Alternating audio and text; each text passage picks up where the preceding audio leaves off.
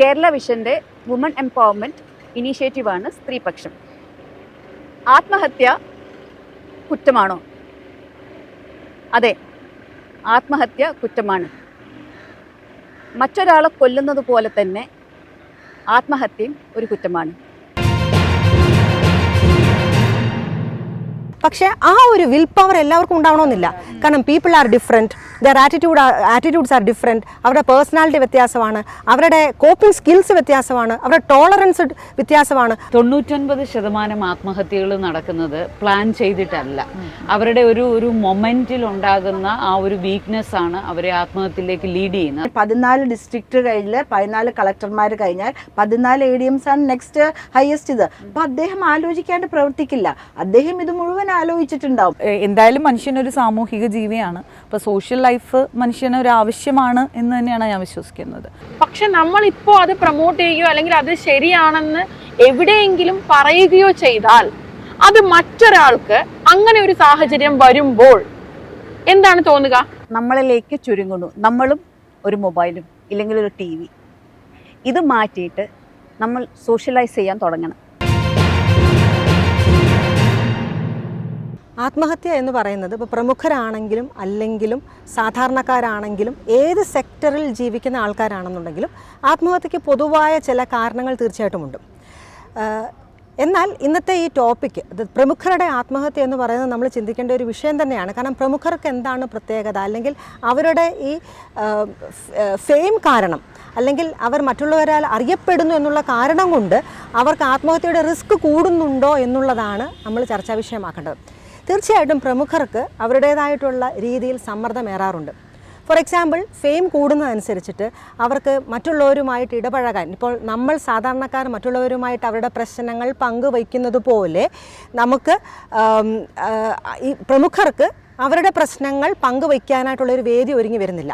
കാരണം അവർ ഐസൊലേറ്റഡ് ആയിരിക്കും. അവർക്ക് അവരുടെ രീതിയിൽ അവരുടെ സെറ്റ് ഓഫ് ആൾക്കാരുമായിട്ട് മാത്രമേ ഒരു പക്ഷേ ഒരു ഇൻ്ററാക്ഷൻ, ഒരു അവസരം ഉണ്ടാവുകയുള്ളൂ. അപ്പോൾ അവരുടെ സോഷ്യൽ സപ്പോർട്ട് സിസ്റ്റം തീർച്ചയായിട്ടും ബാക്കി ആളുകളെ അപേക്ഷിച്ച് നന്നേ കുറവായിരിക്കും.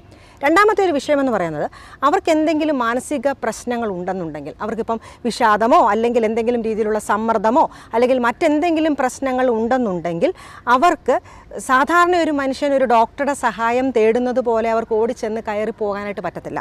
കാരണം നമുക്ക് എല്ലാവർക്കും അറിയാവുന്നതുപോലെ സ്റ്റിഗ്മ നമ്മുടെ സമൂഹത്തിലുണ്ട്. പ്രത്യേകിച്ചും ഒരു മാനസികാരോഗ്യ വിദഗ്ധയെയോ കാണുക എന്ന് പറയുന്നത് നമ്മുടെ സമൂഹം ഇപ്പോഴും അയിത്തം കൽപ്പിച്ചിട്ടുണ്ട്.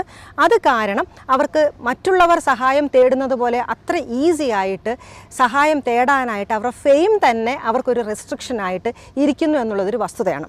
മൂന്നാമത്തെ കാര്യം എന്ന് പറയുന്നത്, അവർ വളരെയധികം ഫേമസ് ആയിട്ടുള്ള ആൾക്കാരാണ്, പ്രമുഖരാണ്. അതുകൊണ്ട് തന്നെ അവരുടെ ചില ബലഹീനതകൾ, ഒരു പക്ഷേ അത് എന്തെങ്കിലും ആകാം, ലഹരി ഉപയോഗമാകാം, അല്ലെങ്കിൽ മറ്റെന്തെങ്കിലും സ്വഭാവത്തിലുള്ളതോ അല്ലെങ്കിൽ വ്യക്തിത്വത്തിലുള്ളതോ ഒക്കെ അവർ തന്നെ ചിലപ്പോൾ കരുതുന്ന ചില ബലഹീന വശങ്ങളുണ്ടാകും. അത് മറ്റുള്ളവർ അറിയുമോ, അല്ലെങ്കിൽ അവരുടെ പ്രൈവസി കാത്തു സൂക്ഷിക്കാതെ ഇരിക്കുമോ?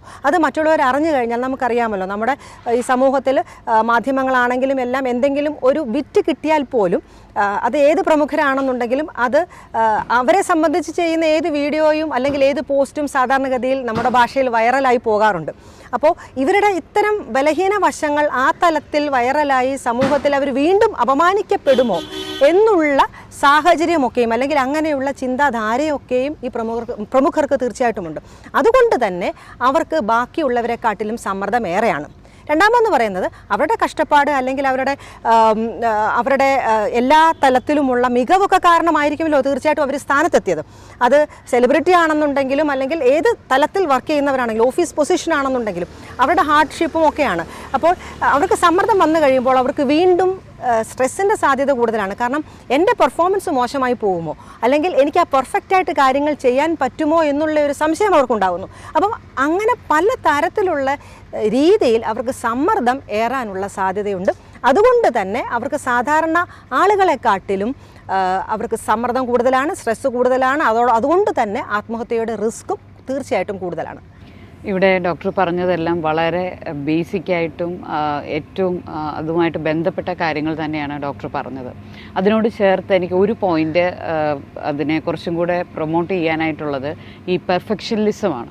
പലപ്പോഴും നമ്മൾ സാധാരണ ആളുകളിലും സെലിബ്രിറ്റീസിലും ഒക്കെ കാണുന്ന ഒരു കാര്യമാണ് പെർഫെക്ഷനിസം എന്ന് പറയുമ്പോൾ നമുക്ക് എല്ലാ മനുഷ്യർക്കും അവരുടേതായിട്ടുള്ള ഒരു മാർക്കിംഗ് കാണും പെർഫെക്ഷനിസം. പക്ഷെ അടുത്ത ആൾ നോക്കുമ്പോൾ ആളുടെ പെർഫെക്ഷനിസം വേറെ ഒന്നായിരിക്കും. Actually there is nothing like perfectionism. പക്ഷെ പലപ്പോഴും എന്താ സംഭവിക്കുന്നതെന്ന് ചോദിച്ചു കഴിഞ്ഞാൽ, ഞാൻ ചെയ്ത ഒരു കാര്യം ഇന്ന് പെർഫെക്റ്റായിട്ട് ചെയ്തു, പക്ഷെ നാളെ എനിക്കത് പെർഫെക്റ്റായിട്ട് ചെയ്യാൻ പറ്റുമോ, അല്ലെങ്കിൽ ഞാൻ ചെയ്തതിൽ എന്തെങ്കിലും മിസ്റ്റേക്ക് വന്നോ, ഞാൻ ഇത്രയും പെർഫെക്റ്റായിട്ട് ചെയ്തുകൊണ്ടിരുന്ന കാര്യങ്ങൾ എനിക്ക് നല്ലൊരു ഇപ്പോൾ അക്സെപ്റ്റൻസ് ഉണ്ട്, ആ അക്സെപ്റ്റൻസ് ഇനി കിട്ടാതിരിക്കുമോ, ഇത്തരത്തിലുള്ള സ്ട്രെസ്സുകൾ, ആ പ്രഷേഴ്സ് സ്ട്രെസ്സായിട്ട് മാറിയിട്ട് അത് പലപ്പോഴും ആത്മഹത്യയിലേക്ക് ലീഡ് ചെയ്യുന്നതായിട്ട് കാണാറുണ്ട്. അത് സെലിബ്രിറ്റീസിൻ്റെ കാര്യത്തിൽ മാത്രമല്ല, സെലിബ്രിറ്റീസിന് ഇപ്പോൾ മാം പറഞ്ഞ പോലെ തന്നെ ആ റിസ്ക് കുറച്ചും കൂടെ കൂടുതലാണ്. കാരണം people are expecting the same perfectionism everywhere. അത് തന്നെയല്ല ഏത് സമയത്തും അവർ പേഴ്സണൽ ലൈഫിൽ ഇപ്പോൾ ഏതൊക്കെ ഘട്ടത്തിലൂടെയാണ് കടന്നു പോകുന്നതെന്നുള്ളത് ജനത്തിന് വിഷയമേ അല്ല. എപ്പോഴും തുടങ്ങിയ കാലം അല്ലെങ്കിൽ ഓരോ മൊമെൻറ്റിലും അവരുടെ പെർഫെക്ഷനിസം അല്ലെങ്കിൽ അവരുടെ പെർഫോമൻസ് കൂട്ടിക്കൊണ്ട് വരണം എന്നാണ് ജനം ആഗ്രഹിക്കുന്നത്. അപ്പോൾ പലപ്പോഴും ഇത് തങ്ങളിൽ റിയൽ ലൈഫും അവരുടെ ആളുകൾക്കുള്ള എക്സ്പെക്റ്റേഷനും തമ്മിൽ മീറ്റ് ചെയ്യാൻ പറ്റാതെ വരുമോ എന്നുള്ള ഒരു കോൺഫിഡൻസിൻ്റെ കുറവ് തന്നെ ചിലപ്പോൾ അവരെ വലിയ സ്ട്രെസ്സിലേക്ക് നീക്കാറുണ്ട്. അങ്ങനെയും അത് ആത്മഹത്യയിലേക്ക് നയിക്കാറുണ്ട്. ആത്മഹത്യ സാധാരണക്കാരാണെങ്കിലും പ്രമുഖരാണെങ്കിലും അതിൻ്റെ ആ ഒരു എന്താ പറയുക, ഇപ്പോൾ മാഡം പറഞ്ഞ പത്തോളജിക്കലി കുറേ കാരണങ്ങളുണ്ടാവും. ഇപ്പോൾ ഡിപ്രഷൻ ഒരു പ്രധാന കാരണമാണ്. പക്ഷേ ഈ സെലിബ്രിറ്റീസ് അല്ലെങ്കിൽ പ്രമുഖരായ വ്യക്തികളെ സംബന്ധിച്ചിടത്തോളം അവർക്ക് എന്തൊരു പ്രശ്നം വന്നാലും, അപ്പോൾ അത് നല്ലതാണെങ്കിലും ചീത്തയാണെങ്കിലും, ഇപ്പോൾ നമ്മൾ ഈ അടുത്ത കാലത്ത് ഒത്തിരി ആത്മഹത്യകൾ കണ്ടു. ഇപ്പം ഈ കഴിഞ്ഞ ഒരു വർഷത്തിൽ തന്നെ എത്രയോ ഡോക്ടർമാർ, അതായത് ഹയർ പൊസിഷനിൽ ഇപ്പോൾ ഇരിക്കുന്ന ഡോക്ടർമാരാണെങ്കിലും അല്ലെങ്കിൽ PG സ്റ്റുഡൻസ്, PG കഴിഞ്ഞ് റെസിഡൻസ് ആയിട്ട് വർക്ക് ചെയ്യുന്നവരൊക്കെ ഒത്തിരി നമ്മൾ ആത്മഹത്യകൾ കണ്ടു. ഇപ്പോൾ പെർഫെക്ഷനലിസം അതിൻ്റെ ഒരു പാർട്ടാണ്. കാരണം എന്താണെന്ന് വെച്ചാൽ നമ്മളിപ്പോൾ ഒരു പഠിക്കുന്ന കാലത്ത് ആ നല്ല രീതിക്ക് എല്ലായിടത്തും എത്തിയതുകൊണ്ടാണ് അവർ ആ പ്രൊഫഷനിൽ എത്തുന്നത് പലപ്പോഴും. അപ്പോൾ ആ ഒരു പിന്നെ എനിക്ക് തോന്നിയിട്ടുള്ളത് വർക്ക് ലൈഫ് ബാലൻസ് അത് ചെയ്യാൻ പറ്റാതെ പലപ്പോഴും ഞാൻ കൂടുതലായിട്ട് ഡോക്ടർമാരുടെ കാര്യത്തിലാണ് എനിക്ക് കൂടുതലായിട്ട് അറിയുന്നത്. അപ്പം വർക്ക് ലൈഫ് ബാലൻസ് കീപ്പ് ചെയ്യാൻ പറ്റാതെ അപ്പോൾ അങ്ങനെ ഒത്തിരി ആത്മഹത്യകൾ ഈ അടുത്ത കാലത്ത് നടന്നിട്ടുണ്ട്. അതായത് ഈ ജോലി ഭാരം കൊണ്ട് പലപ്പോഴും അവർക്ക് അവരുടെ ഇതായ കാര്യങ്ങൾക്ക് അല്ലെങ്കിൽ അവരുടെ ഫാമിലിക്കോ അല്ലെങ്കിൽ അവർക്ക് ഇഷ്ടപ്പെട്ട ഒരു കാര്യം ചെയ്യാനോ അവർക്ക് സമയം കിട്ടുന്നില്ല.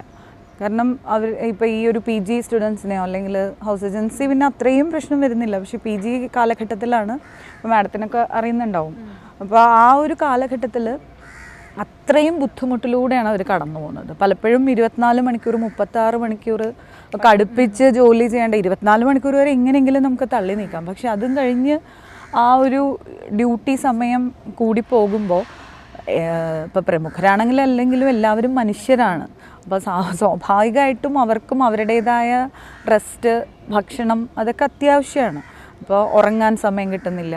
അപ്പോൾ അങ്ങനത്തെ ആ ഒരു പ്രശ്നങ്ങളൊക്കെ പലപ്പോഴും ഇപ്പോൾ ഒരു ഡോക്ടർ എന്നുള്ള നിലയിൽ എനിക്ക് ചില സമയത്തൊക്കെ തന്നെ തോന്നിയിട്ടുണ്ട്, എന്തിനാ ഇങ്ങനെ കഷ്ടപ്പെടുന്നത്. അതായത് നമുക്ക് ചെയ്യാവുന്നതിനൊരു പരിധിയുണ്ട്. നമ്മളും അതാണ് ആ മനുഷ്യർ എന്നുള്ള പോയിൻ്റാണ് എനിക്ക് പറയാനുള്ളത്. കാരണം പലരും ഡോക്ടർമാരെ ദൈവതുല്യരായിട്ടൊക്കെ കാണുന്നുണ്ട്. പക്ഷേ ഒരിക്കലും നമ്മളും ഒരു സാധാരണ മനുഷ്യൻ തന്നെയാണ്. അപ്പം നമുക്ക് ചെയ്യുന്നതിനും പരിധികളുണ്ട്.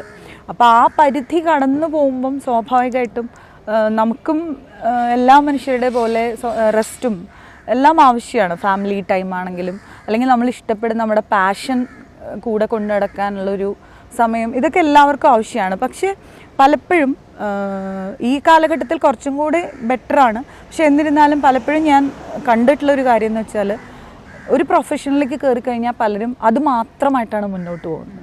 അപ്പോൾ അവർക്ക് സ്വന്തമായിട്ട് മറ്റിഷ്ടങ്ങൾ കാണും. ഈ പ്രൊഫഷൻ ഒരു പാഷനായിരിക്കാം, പക്ഷേ പലപ്പോഴും തൻ്റെ സ്വന്തം ഇഷ്ടങ്ങൾ ഒരിക്കലും നോക്കാതെ അല്ലെങ്കിൽ ഫാമിലി ടൈം ഫ്രണ്ട്സുമായിട്ട് ചിലവാക്കാനുള്ള ഒരു സോഷ്യൽ ലൈഫ്, പൊതുവെ ഈ സെലിബ്രിറ്റികളെ സംബന്ധിച്ചിടത്തോളം ഈ സോഷ്യൽ ലൈഫ് വളരെ കുറച്ചാണ് അവർക്ക് കിട്ടുന്നുള്ളൂ. അപ്പോൾ ആ ഒരു അവസ്ഥ, കാരണം എന്താ വെച്ചാൽ അവർ പുറത്തിറങ്ങിയാൽ ആൾക്കാർ അവരെ ക്രൗഡഡ് ആയി വരികയാണ്. അപ്പോൾ അവർക്ക് സത്യം പറഞ്ഞാൽ സമാധാനമായി ജീവിക്കാൻ പറ്റാത്ത ഒരവസ്ഥ. അപ്പോൾ അവർക്കുണ്ടാകുന്ന പ്രശ്നങ്ങളും അവർക്ക് പുറത്ത് പറയാൻ ബുദ്ധിമുട്ടാണ്. കാരണം അവർക്ക് എന്തെങ്കിലും ഒരു പ്രശ്നം ഉണ്ടെന്ന് പറഞ്ഞാൽ അത് ഉടനെ വൈറലായി അതെ. അപ്പോൾ അങ്ങനെ വരുമ്പോൾ സ്വാഭാവികമായിട്ടും അവരുടെ ഒരു പ്രൈവസി അവർക്ക് കീപ്പ് ചെയ്യാൻ പറ്റില്ല. അപ്പോൾ എന്തായാലും മനുഷ്യനൊരു സാമൂഹിക ജീവിയാണ്. അപ്പോൾ സോഷ്യൽ ലൈഫ് മനുഷ്യനൊരു ആവശ്യമാണ് എന്ന് തന്നെയാണ് ഞാൻ വിശ്വസിക്കുന്നത്. അപ്പോൾ അതില്ലാതാവുന്നതും ഈ വർക്ക് ലൈഫ് ബാലൻസ് മെയിൻറ്റെയിൻ ചെയ്യാൻ പറ്റാത്തതും ഒരു പ്രധാന കാരണമായിട്ടാണ് എനിക്ക് തോന്നിയിട്ടുള്ളത്. ഇപ്പോൾ റീസെൻ്റായിട്ട് നമ്മളുടെ എല്ലാ പേപ്പറിലും വളരെ ഇതായിട്ട് നിൽക്കുന്നു. ചാനൽ തുറന്നാൽ ഇത് തന്നെ, പേപ്പർ തുറന്നാൽ ഇത് തന്നെ. നമ്മൾ നവീൻ ബാബു ആത്മഹത്യ ചെയ്തു. അത് ഒരു ദിവ്യ എന്ന് പറയുന്ന ജില്ലാ ചെയർമാൻ, ജില്ലാ പഞ്ചായത്ത് ചെയർമാൻ വന്ന് അദ്ദേഹത്തിൻ്റെ ഇടവേള കൊടുക്കുന്ന സമയത്ത്, അദ്ദേഹത്തിന് യാത്രയപ്പ് കൊടുക്കുന്ന സമയത്ത് അവർ വന്ന് മോശമായിട്ട് അദ്ദേഹത്തിൻ്റെ മനസ്സിന് ആഘാതമുണ്ടാക്കുന്ന എന്തോ പറഞ്ഞു. ഞാനും ഒരു കോർപ്പറേഷൻ കൗൺസിലറാണ്, കൊച്ചിൻ കോർപ്പറേഷൻ കൗൺസിലറാണ്. എങ്ങനെയാണ് ഉദ്യോഗസ്ഥന്മാരോട് പെരുമാറേണ്ടതെന്ന് വ്യക്തമായിട്ടറിയാം. പല കാര്യങ്ങളും നമുക്ക് അവരുടെ അടുത്ത് ചെയ്യേണ്ടതാവും, അവർ ചെയ്യുന്നത് ശരിയല്ല എന്ന് തോന്നും. ഈ ഇടയ്ക്ക് ഞാൻ വളരെ ഹൈ ലെവലിലിരിക്കുന്ന ഒരു ഉദ്യോഗസ്ഥയുമായിട്ട് എനിക്കൊന്ന് ഇടയേണ്ടി വന്നു. പക്ഷെ ഒരിക്കലും അവരൊരു അഴിമതിക്കാരിയാണെന്ന് ഞാൻ പറഞ്ഞില്ല. അതെനിക്കറിയാത്ത കാര്യമാണ്, ഞാനത് പറഞ്ഞില്ല. മാഡം ഇത് ചെയ്തത് ശരിയല്ല, മാഡത്തിൻ്റെ ഉത്തരവാദിത്വത്തിൽപ്പെട്ട കാര്യത്തെ മാഡം വളരെ ലാഘവത്തോടു കൂടിയാണ് കണ്ടത്, അത് ശരിയായില്ല എന്ന് മാത്രമേ ഞാൻ പറഞ്ഞുള്ളൂ. പക്ഷേ പരസ്യമായിട്ട് ഇപ്പോൾ ആത്മഹത്യക്ക് പലപ്പോഴും എല്ലാ ഡോക്ടേഴ്സും പറഞ്ഞ പോലെ അപമാനവും ഒരു കാര്യമാകാം. നമ്മൾ പരസ്യമായി അപമാനിക്കപ്പെടുന്നു. നമ്മളുടെ കുടുംബത്തിന് അതെങ്ങനെ പ്രതിഫലിക്കും, അവരുടെ മുമ്പിൽ നമ്മൾ എങ്ങനെ നിൽക്കും, നമ്മളുടെ സഹോദരന്മാരുടെ അല്ലെങ്കിൽ നമ്മളെ പഠിപ്പിച്ച് വലുതാക്കിയ അച്ഛനമ്മമാരുടെ മുമ്പിൽ തല കുനിച്ച് നിൽക്കേണ്ടി വരുമോ? മക്കൾ വലുതാകുമ്പോൾ ഒരു കല്യാണാലോചന പോകുമ്പോൾ അന്ന് അങ്ങനെ പേരുദോഷം കേൾപ്പിച്ച് അല്ലെങ്കിൽ കൈക്കൂലി മേടിച്ചൊരു ഓഫീസറുടെ കുട്ടികളല്ലേ, അപ്പോൾ ഈ ബന്ധം നമുക്ക് വേണ്ട. അദ്ദേഹത്തിൻ്റെ മനസ്സിലൂടെ കടന്നുപോയ ചിന്തകൾ പലവിധമായിരിക്കും. ഞാൻ എന്തിനി ജീവിക്കണം, ഇത്രയും കൊല്ലമായി ഞാൻ ഉണ്ടാക്കിയ, അദ്ദേഹം കൈക്കൂലി മേടിച്ചോ ഇല്ലേ എന്നുള്ളതൊക്കെ പോലീസ് കണ്ടുപിടിക്കേണ്ട കാര്യമാണ്. ആ സമയത്ത് അദ്ദേഹത്തിന് തോന്നിയത് വൈ ഷുഡ് ഐ, നാളെ ഞാൻ എങ്ങനെ പുറത്തേക്ക് ഇറങ്ങും, എന്നെ കാണാൻ എൻ്റെ ഭാര്യയും മക്കളും അവിടെ വന്ന് നിൽക്കുമ്പോൾ അവരെന്നോട് എന്താ ചോദിക്കുക, ചേട്ടാ എന്തെങ്കിലും സത്യമുണ്ടോ എന്ന് ഭാര്യ മനസ്സിലെങ്കിലും വിചാരിക്കില്ലേ? അപമാന ഭാരത്തിൽ നിന്നും പലരും ആത്മഹത്യ ചെയ്യാറുണ്ട്. പ്രത്യേകിച്ചും ഉയർന്ന ജോലികളിലിരിക്കുന്ന മിക്കവരും തന്നെ ഈ സ്ട്രെസ്സിനോടൊപ്പം അപമാനവും കൂടെ സഹപ്രവർത്തകർക്ക് മുമ്പിൽ അത് വീഡിയോ ആയിട്ട് ലോകം മുഴുവൻ വരുന്നു. പിന്നെ ഞാൻ എന്തിന് അത് ഫേസ് ചെയ്യണം? ഒരു കാര്യം പറ്റി, ഈ ഇടയ്ക്ക് ഒരു വളരെ സീനിയർ ആയിട്ടുള്ള ഒരു ഡോക്ടർ തന്നെയാണ്, ആ ഡോക്ടറിന് എന്തോ ഒരു മാനസിക പ്രശ്നത്താൽ, കുടുംബത്തിലുള്ള ആരോടെ മാനസിക പ്രശ്നത്താൽ അവർക്ക് ആത്മഹത്യ ചെയ്യണം എന്നൊരു വലിയ ചിന്തയുണ്ടായി. അപ്പോൾ അവരെൻ്റെ അടുത്ത് പറയുകയായിരുന്നു, എനിക്കറിയാം ഒരു മനുഷ്യൻ്റെ ജീവിതത്തിലെ ഏറ്റവും അപമാനകരമായ നിമിഷം ഓട്ടോപ്സി ടേബിളിൽ കിടക്കുകയാണ്, നൂൽബന്ധമില്ലാതെ കിടക്കണം. As A junior surgeon I have done many postmortem. പക്ഷെ പിന്നെ ഞാൻ ആലോചിച്ചു, ഞാൻ മരിച്ചിട്ടല്ലേ, എന്തോ ആയിക്കോട്ടെ. അപ്പോൾ ഈ ഡോക്ടർ തന്നെ എന്നോട് പറഞ്ഞിട്ടുണ്ട്, ആ ഒരു പോസ്റ്റ്മോർട്ടം എല്ലാവരെയും കാണിച്ചാൽ വേറെ ആരും ആത്മഹത്യ ചെയ്യുകയില്ല, പിന്നെ ആരും ആത്മഹത്യയെക്കുറിച്ച് ആലോചിക്കുക പോലും ഇല്ല എന്ന് പറഞ്ഞ ഡോക്ടർ തന്നെയാണ് കുടുംബത്തിലൊരു പ്രശ്നം വന്നപ്പോൾ ഞാൻ എങ്ങനെ ജനങ്ങളുടെ മുമ്പിലേക്ക് നോക്കുമെന്ന് പറഞ്ഞ് ആത്മഹത്യയെക്കുറിച്ച് ആലോചിച്ചത്. ഒരു കാര്യം കൂടെ പറയട്ടെ, നമ്മളത് ചർച്ച ചെയ്യേണ്ട വിഷയമാണ്. എന്തുകൊണ്ട് സിനിമാ നടികൾ മാത്രം ആത്മഹത്യ ചെയ്യുന്നു? പ്രമുഖരായ എത്രയോ സിനിമാ നടികൾ ആത്മഹത്യ ചെയ്തിരിക്കുന്നു. എന്നാൽ ഒരു പുരുഷൻ ആത്മഹത്യ, ഒരു സിനിമാ നടൻ ആത്മഹത്യ ചെയ്തിട്ടുണ്ടോ? എന്തുകൊണ്ട് സ്ത്രീ ആത്മഹത്യ ചെയ്യുന്നു? കാരണം അവരെ ആത്മഹത്യയിലേക്ക് തള്ളിവിടുകയാണ്, അവരെപ്പറ്റി അപവാദങ്ങൾ പ്രചരിപ്പിക്കുകയാണ്, സ്നേഹം അഭിനയിച്ച് അവരെ കൂടെ താമസിച്ച് അവർക്കൊരു കുഞ്ഞിനെ സമ്മാനിച്ച്, അല്ലെങ്കിൽ അങ്ങനെ പല വൈകാരികമായ നിമിഷങ്ങളിൽ കൂടെ അവരെ കടന്നുപോയി ഇനി എനിക്ക് പറ്റില്ല എന്ന് ഒരു ചിന്ത എത്തുമ്പോഴായിരിക്കും ഡോക്ടറിന് അതിനെക്കുറിച്ച് നിങ്ങൾക്ക് കൂടുതൽ പറയാൻ പറ്റുമായിരിക്കും, നമ്മളത് ആലോചിക്കണം. അതുപോലെ നേരത്തെ തുടങ്ങി തന്നെ ഹിറ്റ്ലറെ കുറിച്ച് പറഞ്ഞ് why did he commit suicide? കാരണം മറ്റുള്ളവർ വന്ന് അദ്ദേഹത്തെ കൊല്ലാണ്ടിരിക്കാൻ. അദ്ദേഹം എത്രയോ പേര് ടോർച്ചർ ചെയ്ത് കൊന്നു. അപ്പോൾ ആ ഒരു ഇതെന്താവുന്ന അദ്ദേഹത്തിന് അറിയില്ല. പേടിയെന്ന് ഞാൻ പറയുന്നില്ല, മറ്റുള്ളവരാൽ കൊല്ലപ്പെടാതിരിക്കുവാൻ വേണ്ടിയിട്ടാണ് അദ്ദേഹം ആത്മഹത്യ ചെയ്തത്. സ്വന്തമായിട്ട് വെടിവെച്ച് മരിക്കുകയാണ് ചെയ്തത്. അപ്പോൾ പല കാരണങ്ങൾ കൊണ്ടും പ്രമുഖരായ വ്യക്തികൾ സൂയിസൈഡ് എനിക്ക് കാണണ്ട, ഞാൻ മരിച്ചു കഴിഞ്ഞാൽ പിന്നെ എന്താ ഈ ലോകത്ത്, it doesn't matter to me. പക്ഷെ ഞാനിരിക്കുന്ന ലോകത്തിൽ ഞാൻ നന്നായിരിക്കണം, ആൾക്കാരെന്നെ ബഹുമാനിക്കണം, നല്ല വ്യക്തിത്വത്തോട് ജീവിക്കണം, കൂട്ടുകാരും സഹോദരങ്ങളും ഭാര്യയും അച്ഛനും അമ്മയും എന്നെ സ്നേഹിക്കണം, റെസ്പെക്റ്റ് ചെയ്യണം. ആ ചിന്ത അതുണ്ടാവില്ല എന്നൊരു ചിന്ത വരുമ്പോഴാണ് അവർ ആത്മഹത്യയിലേക്ക് പോകുന്നത്. സ്ത്രീകൾ മാത്രമല്ല, ഹിന്ദിയിൽ ഒരു നടൻ ആത്മഹത്യ ചെയ്തിട്ടുണ്ട്. ദാറ്റ്സ് ഓൺലി ആ ഒരു സുശാന്ത് രാജ്പുത്. അത് ഇപ്പോഴും ഒരു മിസ്റ്ററിയാണ്. എന്തിനാ ചെയ്തേ ആയിരിക്കും. ഒരു ആത്മഹത്യ ചെയ്ത പ്രമുഖരായ വ്യക്തികൾ എന്ന് പറഞ്ഞപ്പം നടികളെ കുറിച്ചാണ് ഇവിടെ ആദ്യമായിട്ട് വന്നത്. അപ്പം നടികൾ എന്തിനാ ആത്മഹത്യ ചെയ്തെന്ന് പറയുമ്പോൾ മുൻനിര നടിമാർ തന്നെ, മുൻനിര നായികമാർ തന്നെ ആത്മഹത്യ ചെയ്തവരുണ്ട്. അതായത് നമ്മുടെ ഏറ്റവും മനസ്സിലേക്ക് ഓടിയെത്തുക സിൽക്ക് സ്മിത എന്നുള്ള പേര് തന്നെയായിരിക്കും. അതുപോലെ തന്നെ ഒരുപാട് ഒരുപാട് ഒരുപാട് സ്ത്രീരത്നങ്ങൾ നമ്മൾക്ക് വളരെ എന്താ പറയാ, ഇപ്പോഴും നമ്മൾക്ക് ഒരുപക്ഷെ ഓർത്തിരിക്കാൻ കഴിയുന്ന പേരുകളും അതേപോലെ തന്നെ അവരുടെ മുഖങ്ങൾ പോലും നമുക്ക് പലപ്പോഴും നമ്മളുടെ സിനിമയ്ക്ക് വളരെ ഇമ്പോർട്ടൻ്റ് ആണെന്ന് തോന്നും. പക്ഷെ എന്തിനാണ് അവരെല്ലാം ആത്മഹത്യ ചെയ്തതെന്ന് ചോദിച്ചു കഴിഞ്ഞാൽ എല്ലാത്തിനും ഒരേ ഉത്തരമായിരിക്കില്ല. ഡെഫിനറ്റ്ലി ഒരാളുടെ ഓരോ പേഴ്സൺസും യുണീക്കാണ്. ഇപ്പം ഞാനാണെങ്കിലും എൻ്റെ ചിന്തയായിരിക്കില്ല ഇവിടെ ഇരിക്കുന്ന ആർക്കും ഉള്ളത്. അപ്പം അതുകൊണ്ട് തന്നെ അവരൊക്കെ എന്തിന് ആത്മഹത്യ ചെയ്യുന്നുള്ള ക്വസ്റ്റ്യൻ്റെ ആൻസർ ഓരോരുത്തർക്കും യുണീക്ക് ആയിട്ടുള്ള ആൻസേഴ്സ് ആയിരിക്കും. അവരുടെ എക്സ്പ്ലനേഷൻസും ഡിഫറെൻ്റ് ആയിരിക്കും. പക്ഷെ ആത്മഹത്യ ഒരു തെറ്റാണോ എന്നൊരു ചോദ്യം വന്നു കഴിഞ്ഞാൽ നിയമപരമായിട്ട് എനിക്ക് ഉത്തരം പറയാൻ പറ്റൂ, ആത്മഹത്യ ഒരു തെറ്റ് തന്നെയാണ്. അതിന് പ്രേരിപ്പിക്കുന്നത് ഒരു തെറ്റാണോ? അതെ, അതിന് പ്രേരിപ്പിക്കുന്നതും ഒരു തെറ്റ് തന്നെയാണ്. പക്ഷെ ഏത് രീതിയിലുള്ള പ്രേരണ? അതായത് ഒരാളെ കുറിച്ച് അപവാദം പറഞ്ഞു എന്നതിൻ്റെ പേരിൽ ഒരാൾ പോയി ആത്മഹത്യ ചെയ്യുന്നതിനോട് എനിക്ക് യോജിപ്പില്ല.